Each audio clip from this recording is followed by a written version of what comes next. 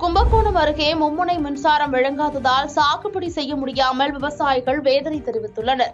தஞ்சாவூர் மாவட்டம் கும்பகோணம் அருகே பாபநாசத்தில் உள்ள அண்டக்குடி, தியாகசமுத்திரம், அளவந்திபுரம் உள்ளிட்ட 20க்கும் மேற்பட்ட கிராமங்களில் மும்முனை மின்சாரத்தை நம்பி சுமார் 1000 ஏக்கரில் நெல், பருத்தி, உளுந்து உள்ளிட்ட பயிர்களை விவசாயிகள் சாகுபடி செய்துள்ளனர். இந்நிலையில் மும்முனை மின்சாரம் சரிவர வழங்காததால் பயிர்களுக்கு தண்ணீர் கிடைக்காமல் கருகும் நிலையில் உள்ளது.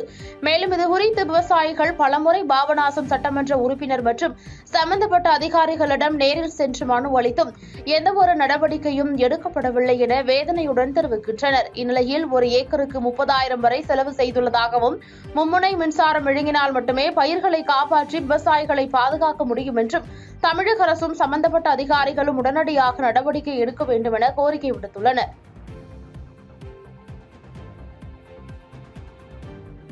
பாதகம் செய்பவரை கண்டால் நாம் பயங்கொள்ளலாகாது பாப்பா. மோதி மிதித்து விடு பாப்பா, அவர் முகத்தில் உமிழ்ந்து விடு பாப்பா. அண்மை செய்திகளை உடனுக்குடன் தெரிந்து கொள்ள இணைந்திருங்கள் இயம்நாடு தொலைக்காட்சியுடன்.